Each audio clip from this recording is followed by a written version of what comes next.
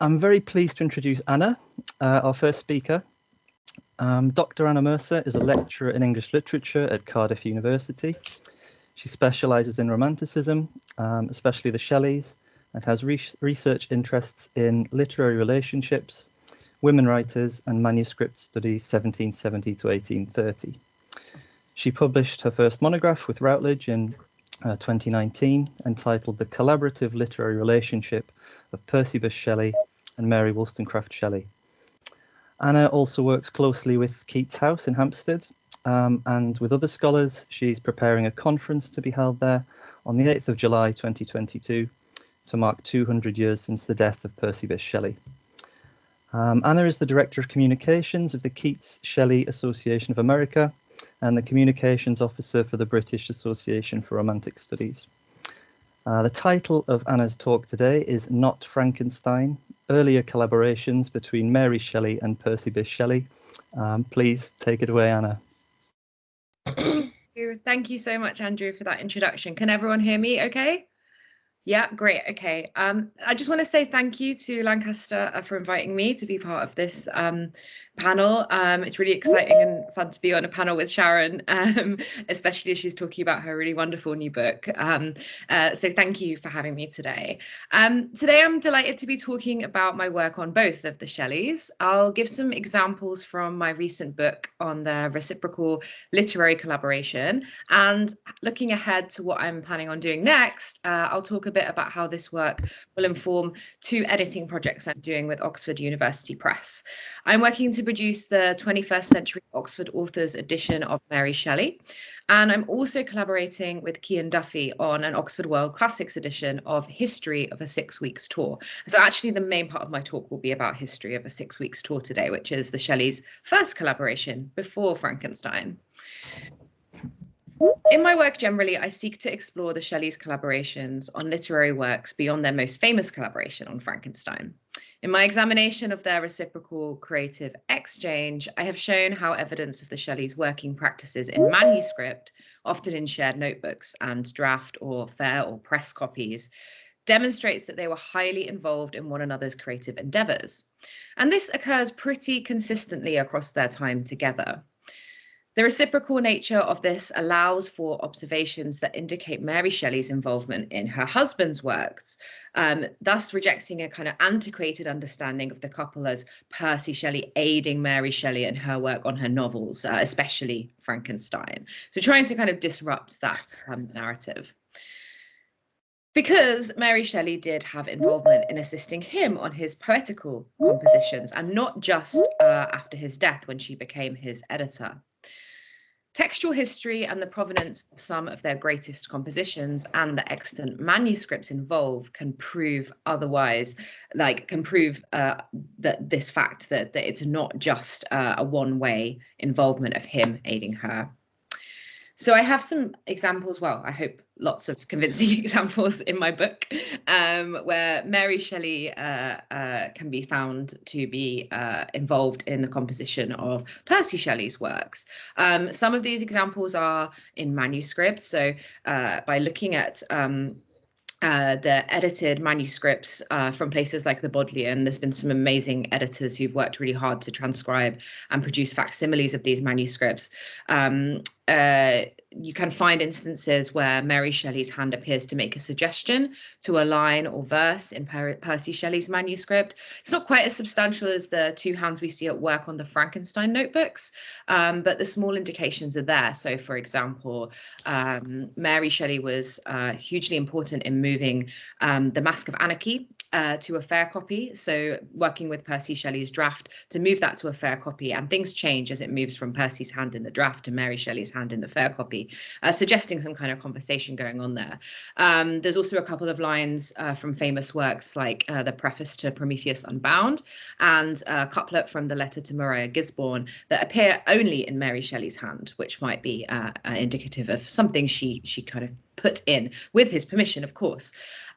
So as well as that, they're also just generally sharing notebooks and passing papers and drafts between each other most of the time. There are some notable exceptions when they work a bit more privately, which I try and talk a bit about too.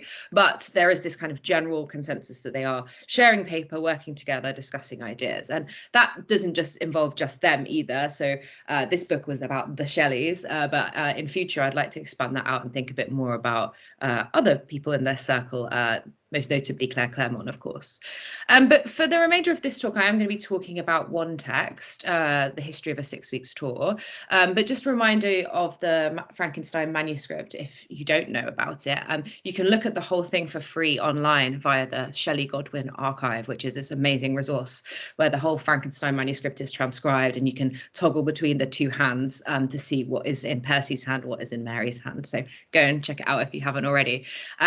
I just wanted to acknowledge that my whole project working on the Shelleys was in part inspired by the excellent work of the great scholar Charles E. Robinson. And Robinson describes the Shelleys' literary exchange as a feature of their lives and work that goes beyond the collaboration on Frankenstein, the draft of which Percy Shelley famously altered and added to. And I've just put that image up there of the very famous page starting, "It was on a dreary night of November," but you can see both hands there. So Robinson says that Percy Shelley collaborated on Frankenstein should come as no surprise to anyone, because the Shelleys left a long history of their shared activities as creative artists.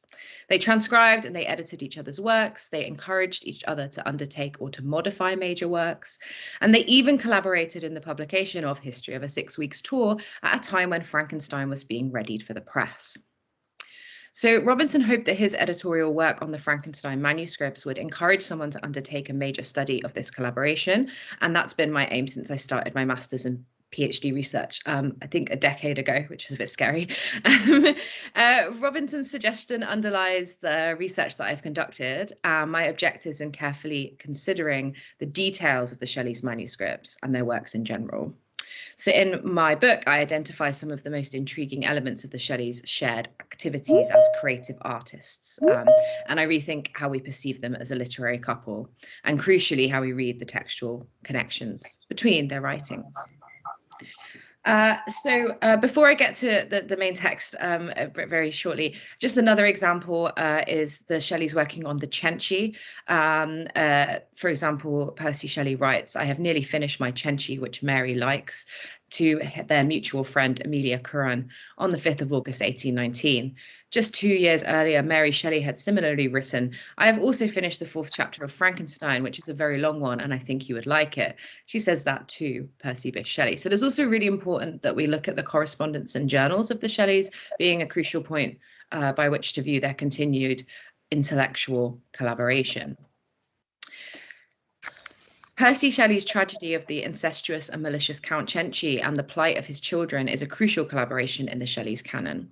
It was written and actually, quite interestingly, published in 1819 because so many of Shelley's texts didn't reach publication in his lifetime. But the interesting thing here regarding collaboration, beyond these notes in letters and journals, is that it was actually based on a source translated by Mary Shelley.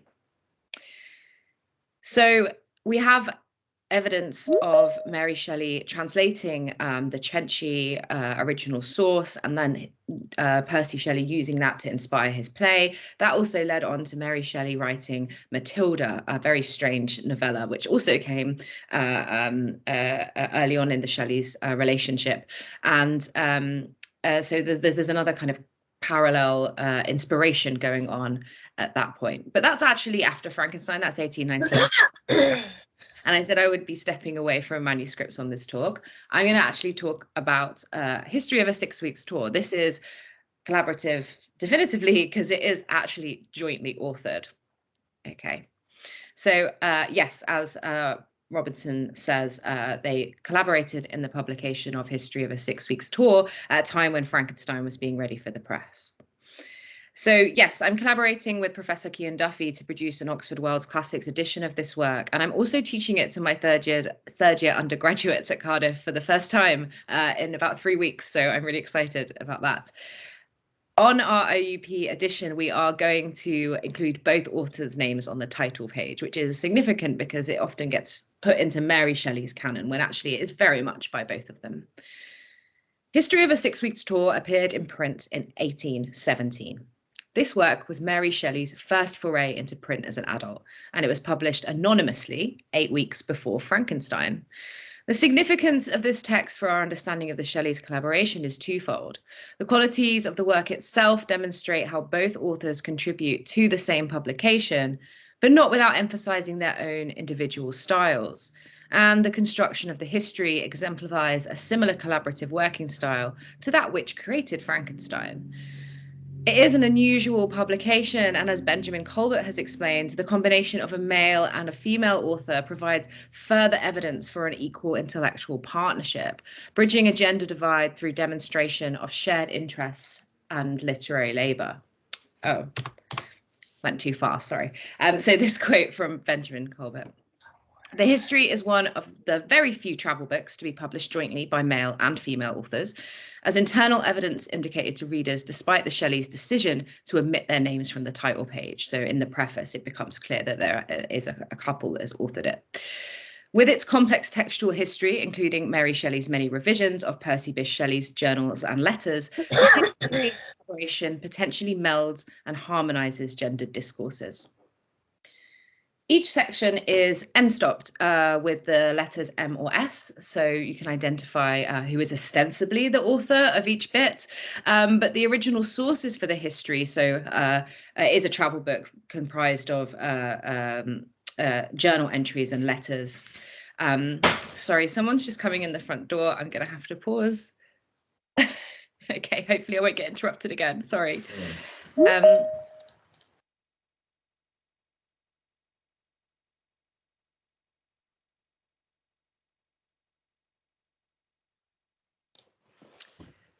Sorry about that.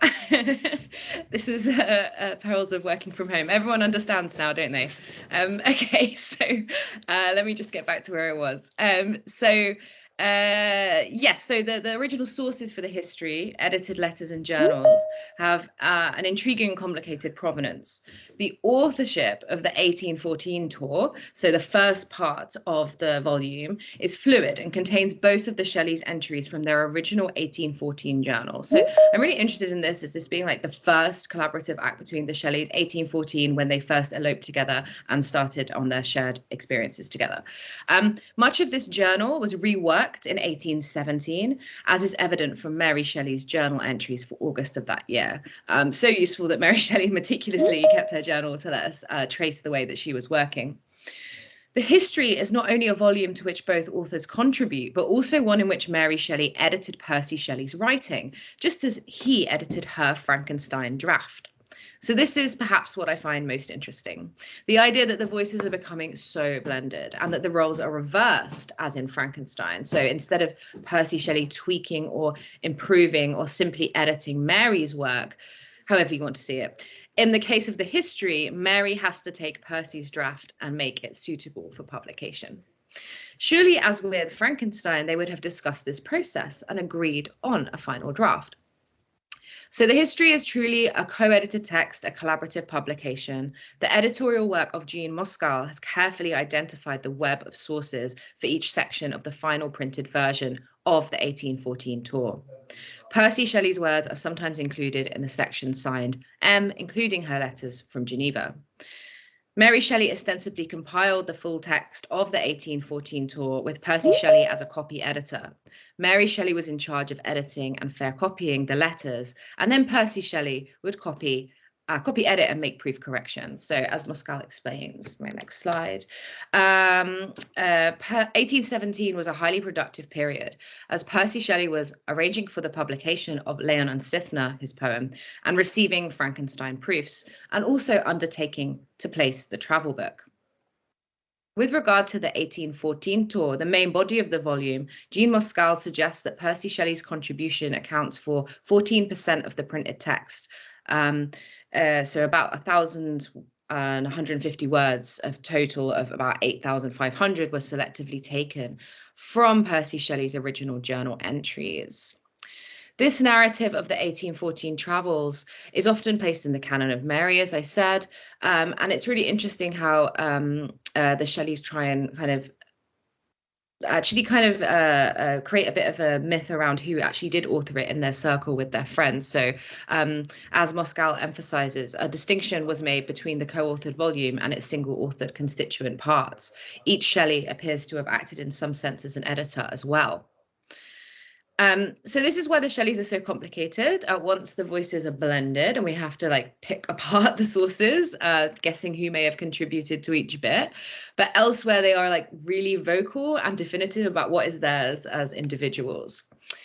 The decision to publish the work anonymously produces a sense of mystery, and the only surviving review of the history, possibly by Sir Walter Scott, praises the modesty of the author.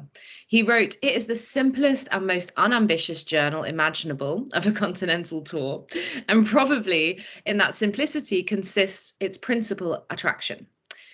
People who know more than I do on the significance of anonymous publication in this period, something incidentally that I'm quite interested in learning more about. So if anyone knows about that, please tell me. May be able to help me further here about the significance of the anonymity of the text appearing. It has been argued that the Shelleys had kind of agreed implicitly to assign this unpresuming and anonymous published work to Mary, perhaps to give her this first publication. Percy Shelley's a little bit older, he's already published some things, and he's actually focusing on some political and epic works written in a slightly different vein. As an aside, I did want to mention the Scott review is quite funny because, as you may know, the history concludes with Percy Shelley's amazing poem Mont Blanc, the first time that's published in print. But Sir Walter Scott didn't really feel the love for Mont Blanc, commenting the volume ends with the volume concludes with a little poem by the husband, which is rather too ambitious. So that's always amused me that was the kind of contemporary review of Mont Blanc. Anyway, I'm coming to the end of my time now, so I'm just going to wrap up. So in collaboration, Percy Shelley assists in constructing a particular story about the authorship of the history. In the preface, he describes the author, so not himself, traveling with her husband and sister. He emphasizes the enthusiasm of youth, but not without implying he is one of the party of young people, and he contributed his own writings to the volume, some of which are end-marked S. He ensures that his own voice is distinguished from that of Mary Shelley's in his explanation for Mont Blanc. The preface reads, "The poem entitled Mont Blanc is written by the author of the two letters from Chamonix and Vavaille. It was composed under the immediate impression of the deep and powerful feelings excited by the objects which it attempts to describe, and as an undisciplined overflowing of the soul rests its claim to approbation on an attempt to imitate the untamable wildness and inaccessible solemnity from which those feelings sprang." Here we see Percy Shelley's careful emphasis on his purpose in the jointly authored book. Are the Shelleys conspiring together to produce a myth surrounding the authorship of the text, something that arguably happens in Frankenstein, or a critical evaluation of each other's strengths? There is no single narrative of collaboration. United labour and cooperation are just as important as the Shelleys asserting their individual voices to produce one text. The history provides examples of both Shelleys exerting their authority. This is my final slide, so I've just got a couple more things to say. These are some projects I'm working on, wanted to plug them. So within the history, there are reoccurring themes that also demonstrate the Shelleys viewing the same scenes, reading together, writing together, and contemplating new ideas. It's important to note the context of other members of their community being present, including Byron and Clare, and the significant influence of those writers who came before them. However, similarities between the Shelleys' individual writings combined with biographical information can show how closely Percy and Mary Shelley were working. Overall, the Shelleys' jointly authored history gives an impression of intellectual stimulation from both the surroundings and the company. Mary writes in the 1814 section of the tour of Lake Lucerne, "This lovely lake, these sublime mountains and wild forest seemed a fit cradle for a mind aspiring to high adventure and heroic deeds." Such were our reflections, and we remained until late into the evening on the shores of the lake conversing, enjoying the rising breeze and contemplating with feelings of exquisite delight the divine objects that surrounded us. The sublime surroundings here are a fit cradle for a mind aspiring to high adventure and heroic deeds, gesturing towards the utilization of other European scenes in Frankenstein and Mont Blanc, for example, for both the anti-hero Victor and Percy Shelley's philosophical meditation in verse. And onward the Shelleys go to more collaboration. Thank you so much for listening. Thanks, Anna, for a fantastic talk. I'm sure we'll have lots to discuss at the end. I'm keeping an eye on the time. I usually am. So let's move on. Now I'm very pleased to introduce Sharon, our second speaker. Professor Sharon Rustin is chair in Romanticism at Lancaster University. She's written a number of books, including The Science of Life and Death in Frankenstein, which was published in 2021, Creating Romanticism, 2013, Romanticism, an Introduction, 2010, and Shelley and Vitality, 2005. She co-edited the collected Letters of Sir Humphrey Davy for Oxford University Press. That was published in 2020. She's written a number of publicly available online articles for the British Library and The Lancet, and contributed to podcasts and radio shows. She currently leads an AHRC-funded project to transcribe all of the notebooks of Sir Humphrey Davy, and urges everyone to help with this task. I'll pop the details of that into the chat before the Q&A session. And today, Sharon will be speaking on the science of life and death in Mary Shelley's Frankenstein. All yours, Sharon. Can you see my slides?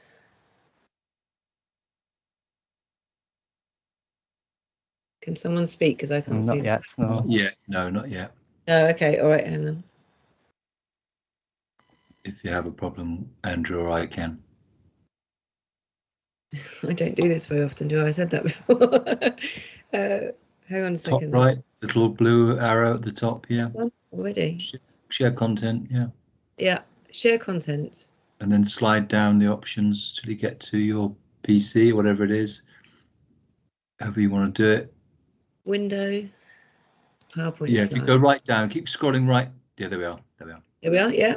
Yeah, well done. Good. Okay, and is it working to move it? Yeah. Yeah, all good. All right, thank you. Hello, everyone.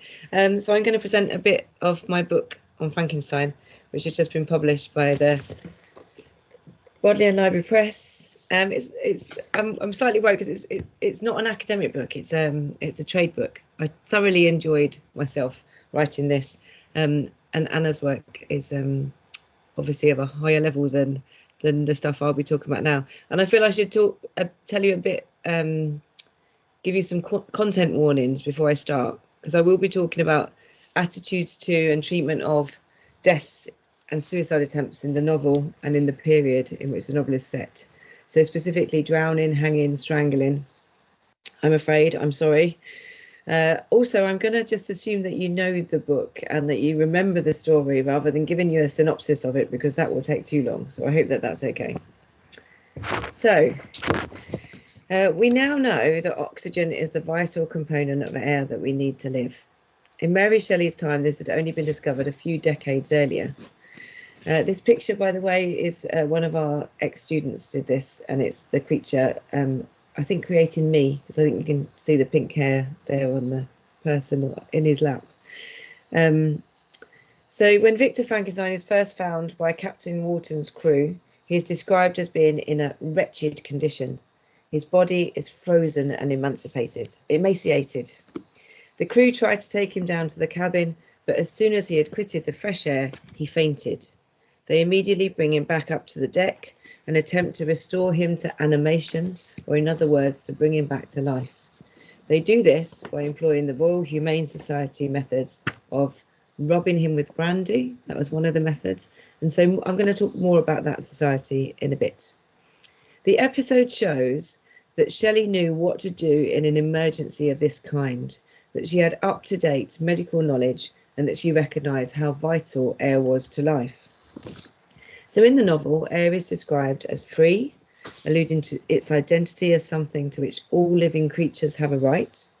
It's also described as fresh, pure and soft at other moments in the novel. Frankenstein's creature feels the benefit of air upon his mood and sense of well-being. The fresh air and bright sun seldom failed to restore me to some degree of composure, he said. In the novel, air revives, restores, and refreshes. It brings people back to life, metaphorically and literally. Victor Frankenstein tells us that his utmost wonder was engaged by some experiments on an air pump shown to him by a gentleman when he was young. And perhaps the most famous illustration of the air pump is given in Joseph Wright of Derby's 1768 painting, An Experiment on a Bird in an Air Pump. The painting evokes a dramatic scene. An itinerant lecturer has been employed by a wealthy merchant to educate his family in scientific matters. The lecturer is the only one who looks out to us, the audience, directly. All the other people in the scene are looking in different directions. The exotic white cockatoo also has its head turned our way, one wing out as it lies drooping in the glass bowl. The experiment shown in the painting proves that air is essential to life. The air has been removed from the bowl by the lecturer, creating a vacuum. Without the air it needs to breathe, the bird flutters to the bottom of the jar. What we hope and expect will happen next is that the lecturer will reintroduce the air and the bird will fly up again, revived, thus demonstrating the importance of air. But the moment that Wright has chosen to paint is the moment before the bird has been saved, and we are unsure whether the bird will succumb to the loss of oxygen and die. We can see how uncomfortable this is to watch this experiment in the responses of those in the scene. The youngest girl looks up at the bird, visibly upset, while the older one looks away, shielding her eyes. The father presumably is pointing the experiment, trying to get her to have a look at what is happening. I always think that the dad is saying, listen, I paid a lot of money for this man to come round and show you this, and now you won't even look at it. As a viewer of contemporary science, this scene is ambiguous at best. In her novel, Mary Shelley played upon the fear that reviving someone could provoke when she imagined a creature brought back to life from the dead. So the Humane Society in Britain, which became the Royal Humane Society in 1787, was set up to promote advice to the public on how to revive people who had experienced some life-threatening incident. The society thought the treatments it advocated were particularly suited to people who had drowned. Shelley's mother, Mary Wollstonecraft, had tried to kill herself by drowning in October 1795. She threw herself off Putney Bridge into the Thames River, but was saved by strangers. A letter written after the event suggests that she was revived using Royal Humane Society methods. I have only to lament that when the bitterness of death was past, I was inhumanly brought back to life and misery. That word inhumanly, quite important there. Before the event, she had been dreading exactly this outcome. I go to find comfort, and my only fear is that my poor body will be insulted by an endeavour to recall my hated existence. So we can only wonder what means they tried in the effort to bring her back to life. It may seem surprising to us now that drowning was the most common accidental death in the Romantic period, but at that time much business was done on the canals, the rivers and seas. Not many people knew how to swim, and there were no electronic lights by which to see the path safely. Frankenstein acknowledges the importance of rivers when he notes that the creature avoided them. It was here that the population of the country chiefly collected, he said. There are references in the novel to the fishing community in the Orkney Islands, for example. Captain Wharton recounts expeditions with whalers off Greenland and in the North Sea, and there are many references in Frankenstein to water. The entire novel is framed, of course, by Captain Wharton's letters sent to his sister while on his journey across the sea to the Arctic. Frankenstein tells Wharton his story on Wharton's ship, where they are stuck in the ice. The likeliest outcome of their predicament is that they and the ship's crew will be drowned, frozen, or starved to death. In the novel, the creature saves the woman from drowning. He describes her condition as dead. She was senseless, and I endeavoured by every means in my power to restore animation. He succeeds, and this description here is of someone who has been brought back to life. At this time, it was believed that death by drowning might be easier to return from, that the difference between a living and drowned body was less than between other states. The Royal Humane Society was set up specifically to promote methods thought to be particularly useful in cases of drowning. There was a general understanding that deaths caused by the loss of air, such as drowning, strangulation or suffocation were thought to be, could be treated in the same manner. Partly because bodies were not disfigured, these deaths seemed the easiest to reverse. When Henry Clerval's body was found in the novel, the villagers assumed that he had died by drowning. In fact, he had been strangled, just as William Frankenstein, Victor's younger brother, was killed, and Elizabeth, Victor's fiancée, will be killed. This is how the creature kills his victims in the novel. The villagers attempt to revive Clerval using methods publicised by the Royal Humane Society. They put his body into a bed and rubbed it, and went to a town for an apothecary, but life was quite gone. They are attempting to recover the animal heat that was thought essential for life.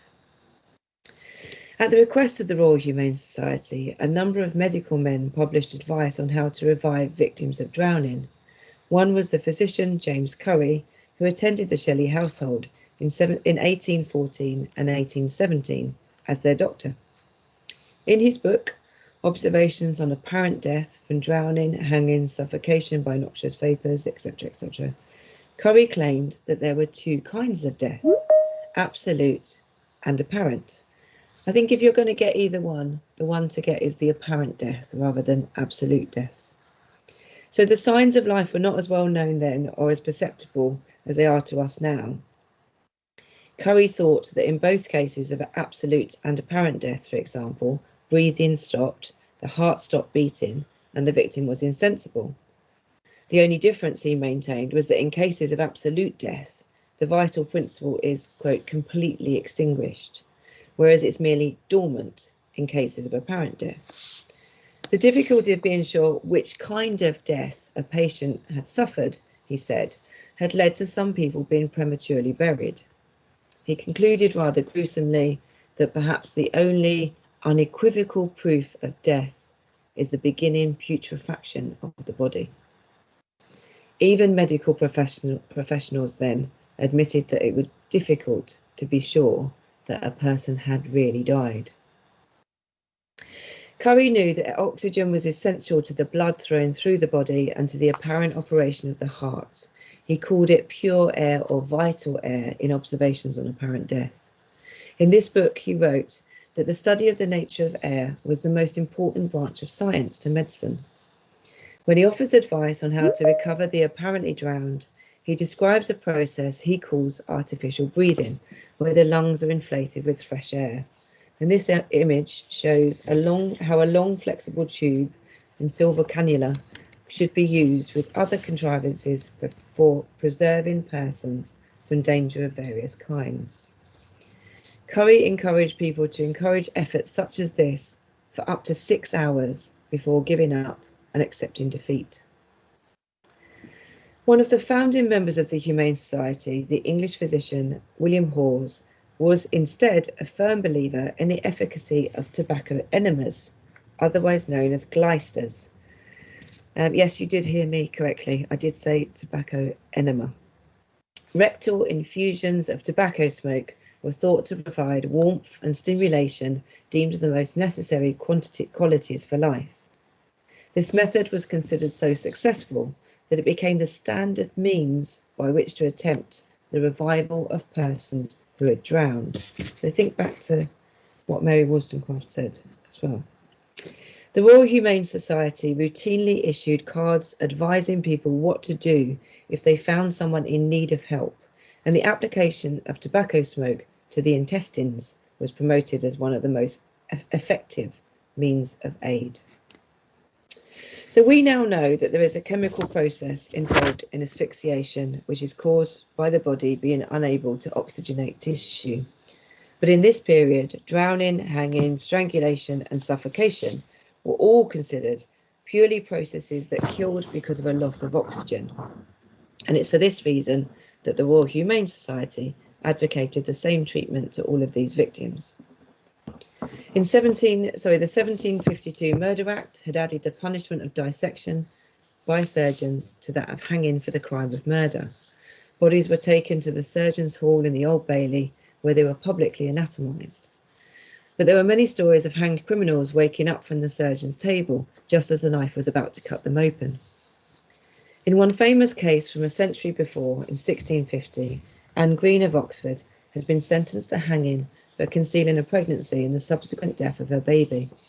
She was a 22-year-old domestic servant who said she had been led into fornication by the grandson of her master. She had miscarried and then attempted to hide the stillborn fetus. As was common during a public hanging, her friends and family held onto her legs during the hanging in an attempt to shorten the period of her suffering. You can see this in the engraving here. She was cut down after half an hour and conveyed in a coffin to the university's anatomy school. While her body was being prepared for dissection, it was noticed that she was still breathing. The methods that the Royal Humane Society would promote were used on Green, and again you can see this here. An unnamed woman was employed to lie in bed with her and rub her body to try to warm her. After her recovery, and with her coffin as a souvenir, Anne received numerous visitors to whom her father charged admittance. She was pardoned and eventually married. This is a good news story, this one. And she had 3 children, and she lived until 1659. Other stories did not end so well. Some who survived were hanged a second time the next day. Others had their sentence commuted to transportation. Others died a few days later. Spectacular recoveries were so well known, though, that friends and families waited outside the surgeon's hall to see whether their loved ones would recover under the anatomist's scalpel. Many of the so-called half-hanged came to in their coffins. The much publicised cases and the reported successes of the Royal Humane Society techniques contributed to the public's anxieties that they would be buried alive. A number of measures were taken to ensure that people were really dead before they were buried, such as waiting a period of time before interment. There are examples of people leaving instructions in their wills that their feet be scratched with a razor every day to make sure they're absolutely dead. Bells were fitted into coffins and burials were supervised. Of course, after death, there were grave robbers to worry about too. Now I'm going to shift a bit to talk about the specific influence, less grisly this bit, of the chemist Sir Humphrey Davy on the novel more generally, and give you a bit of an insight into my new project along the way. So we know from her journal that Mary Shelley was reading Davies' chemistry when she was writing her famous novel Frankenstein. Indeed, Davies' 1802 discourse introductory to a course of lectures finds its way, almost word for word, into the inspirational speech given to the young Victor Frankenstein by his university tutor, Professor Waldman. So I've written about this in the book. This bit now, though, is also a blatant attempt to interest some of you in helping us to transcribe Davies' notebooks. I think Andrew's going to put the link into the chat. There are 75 notebooks surviving of Sir Humphrey Davies, mainly held in the Royal Institution in London. We have digitised them and we've made them available on a platform called Zooniverse. And we really need help in this mammoth task. So this slide gives you some of the details of the project there. We really welcome new transcribers to help us. So the notebooks are fascinating and we encourage you to research the people, places, sketches, reading this and many other things that you will encounter when you start to transcribe.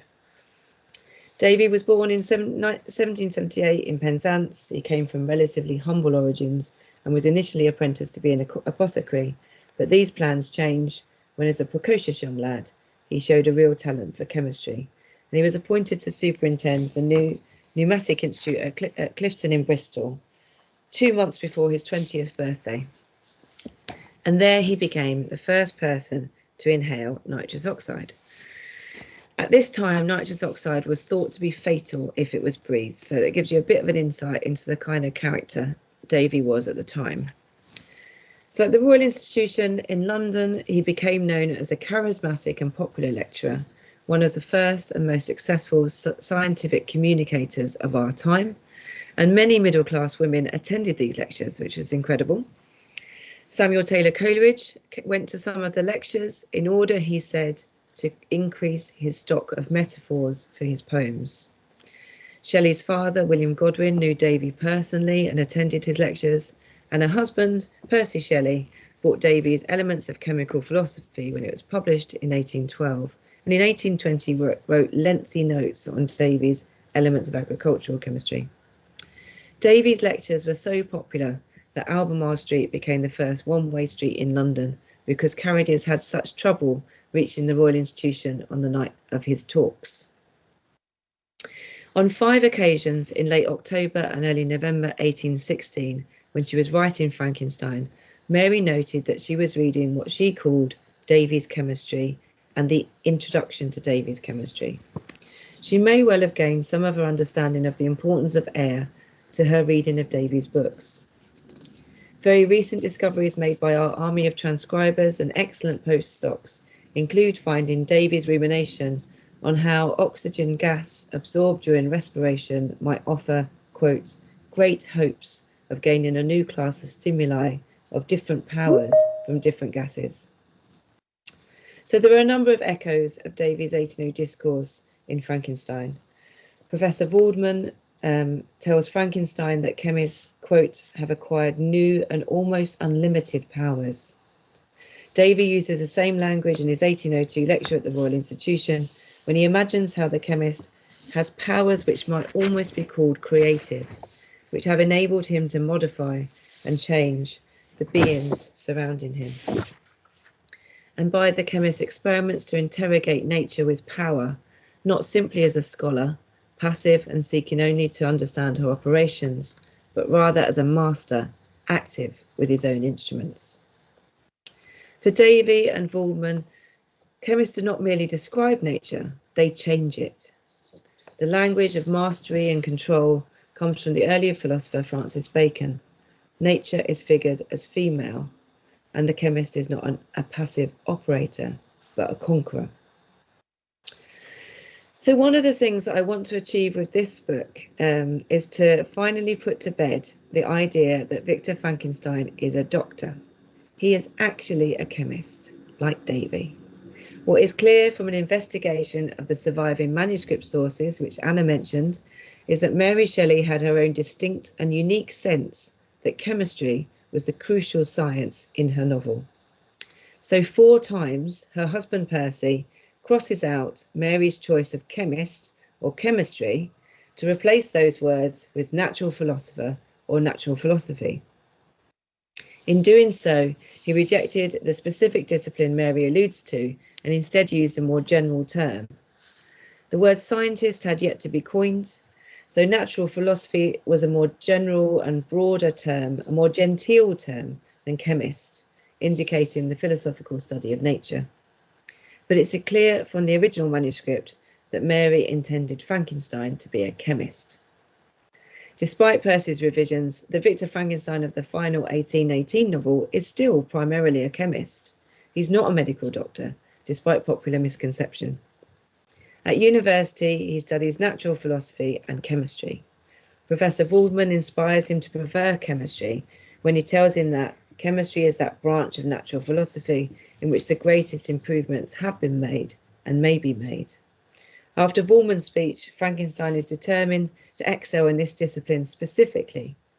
From this day, natural philosophy, and particularly chemistry, in the most comprehensive sense of that term, became nearly my sole occupation. He succeeds to such an extent that, quote, at the end of 2 years, I made some discoveries in the improvement of some chemical instruments, no less. When he prepares to create the creature's companion, Frankenstein specifies that he uses chemical instruments for the task. So my last paragraph. I hope to have shown you in this talk how up to date the science and medicine was in Mary Shelley's novel Frankenstein. The medical treatments featured are those promoted by the Royal Humane Society, which are widely publicised and practised. The novel demonstrates an awareness of the vital properties of air. It features deaths that were thought to be caused by a loss of air, such as drowning, hanging and strangulation. These deaths were thought to be the most easily reversible, deaths which might be merely apparent rather than absolute. The focus on these deaths confirms the novel's central and most terrifying idea. The idea that the dead could be brought back to life again was one that was current in mainstream scientific and medical thought of the time. Thank you very much. Thanks, Sharon. That was another fantastic talk. I'm sure that you're all bursting with questions and comments, and now's the time to release them. You can pop your questions into the chat, or you can raise the little virtual hand on Teams, and I'll come to you. And you can turn on your mic and your camera if you like at that point. So to kick off, do we have a question for Anna or Sharon or both, please? I'm watching for hands here. There we go. Lisa. Yeah. Lisa, please. Are you coming on to camera, Lisa? Yeah, hi. It's just coming on to 8 a.m. here, so I'll try my best. Tell everyone where you are. Sorry? Tell everyone where you are. Anyway, I'm in Saskatoon, Saskatchewan in Canada. Hi, everyone. Thank you both for those talks. Sharon, you gave me a new view of Frankenstein, so I really can't say anything more than that. But I do have a little question for Anna, and that's about why the Shelleys, after all that collaboration, then separate themselves out with the M's and the S's. The collaborative project that would immediately spring to mind would be the lyrical ballads, where Coleridge and Wordsworth don't put STC and WW or something, though eventually everybody gets to know who wrote what, and then they have a big fight over it. But I just wondered why you think that after all of that collaboration, they then call attention to themselves as separate authors by the M and the S. But thank you both so much for such. It was worth getting up or getting focused at 7 a.m. for. So thanks very much. Okay, I think we have a question from Michael, please. If you'd like to come on screen, Michael. Good morning. Yes, it seems like Dr. Frankenstein would have had to have some knowledge of anatomy also. Does Anna want to answer Lisa first? Yeah, sure. Thanks, Lisa. Lovely to see you. Yeah, really good question. I don't have an answer. I don't know. I think it's fascinating, isn't it? I mean, I suppose maybe something me and Kian are thinking about in our edition is it to do with the content of the letters? I really want to do the letters and the journal entries. I really want to do a bit more research into travel writing of the period. I know there's a slight distinction in tone of travel writing that is ostensibly authored by women. Is the earlier sections of the journeys meant to be kind of more speaking to female sensibilities, maybe in its kind of traversing of the landscapes, whereas the later letters from Geneva maybe slightly more focusing on from a different philosophical strand, basically. So maybe it's something to do with the content of the text, that they felt like it's a bit of self-fashioning in terms of audience, that this kind of writing should come from a woman and this kind of writing should come from a man. But I don't actually know that, to be fair. I suppose it's something that also seems to fluctuate, which makes it a little bit different compared to Coleridge and Wordsworth and lyrical ballads. I think by the second edition of lyrical ballads, you have Wordsworth writing very clearly in the preface and introduction which bits are his, whereas the Shelleys seem to kind of increasingly think of their works as overlapping as they looked back on this collaborative text, I think. But I don't know, and I need to think more about that. So thank you. Thanks, Lisa. And that pause gave me time to look at the index of my book. I don't know if anyone noticed me doing that. So in the novel, Frankenstein says he, quote, must become acquainted with the science of anatomy when he's creating the creature. So he does have to do that. And he also says he was little acquainted with an anatomical dissection. But then he also tells us that anatomy was, quote, not sufficient for what he needed it to do, because he says, to examine the causes of life, we must first have recourse to death.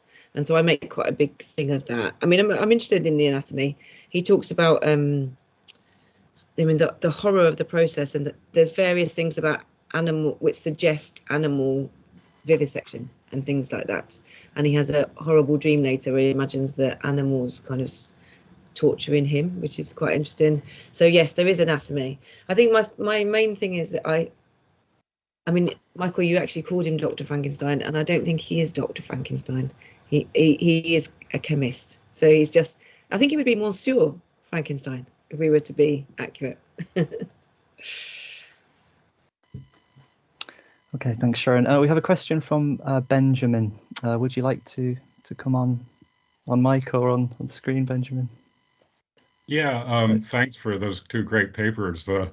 I'm glad I never took up smoking. But Anna, I actually just want to ask you, with the History of 6 Weeks tour, whether you had a sense of any division of responsibility in the journal itself in terms of Shelley and Mary. When we look at the journals and look at the History of 6 Weeks tour, and we can, the journals helpfully put in italics the material that is in Percy's hand and compare them. It seems sometimes that Mary Shelley is putting some restraints on Shelley, and at other times, like in the section on Switzerland and even Germany, allowing him to go a bit wild with sublime description. But there's that little bit earlier on in France where it talks about Vin d'oeuvre. And Shelley says, we forget that we are in the world. I'm misquoting, but from memory, we forget we're in the world, we're in France or the world. And Mary Shelley turns that into, we thought the gardens were laid out in English taste, and we thought of our native country. I'm just wondering, sometimes there's that restraint, and sometimes letting him go.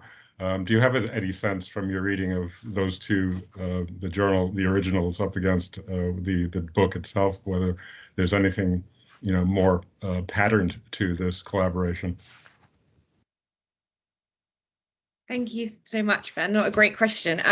I think there's it's something I am thinking about a lot, and I think to some extent you have the idea of Mary Shelley definitely kind of toning down some of Percy Shelley's entries originally in the journal. I'm trying to, in the editing, note exactly where she uses phrases from him verbatim, because I think that it's quite revealing to see the ones that she just copies straight over. But in terms of kind of editing, that's an excellent example where she kind of takes away the kind of free-spirited thinking tone of it and turns it into a bit of a nostalgia for England thing. And I wonder if that's to do with audience again, like, is this them actually trying to sell a travel book to a certain kind of British audience? I don't know. That's why I need to learn more about 19th century travel books. And I suppose also it kind of reminds me of Wollstonecraft's letters from Sweden, Norway, and Denmark, in the sense of Mary Shelley seems quite keen to remove personal, intimate details about her, like falling asleep on Shelley on the boat, for example, like that kind of hints towards their intimacy and the fact that they are in a romantic relationship. She seems to be removing those as well as some of his more kind of over descriptive things, and I think maybe that's linked to her awareness of the way that her mother was treated once Godwin published his memoir on her. Revealing too much about yourself and your personal intimate relationships as a woman at the time was just far too risky. Whereas, although I think Percy Shelley wouldn't have minded as much, but he did have the privilege of being male to not have to think about that. So there's a little bit of that too. Yeah, I don't know. I think that's a really good question. I'm going to keep thinking about it. Thank you. I'm looking at the clock, and I'm afraid we're rapidly approaching 2, so we'll have to wind things up. I'm sure you'll all join me again in thanking both Anna and Sharon for 2 fantastic talks today. Thanks also to John for organising today's event, which I think I'm right in saying has been one of our most popular to date, and for kindly inviting me to chair. And finally, thanks to you all for coming today and for your questions and comments. We hope to see you again at another one of our events in the not too distant future. And that's about it from me. So thanks again, everyone, and let's close by thanking both of our speakers again.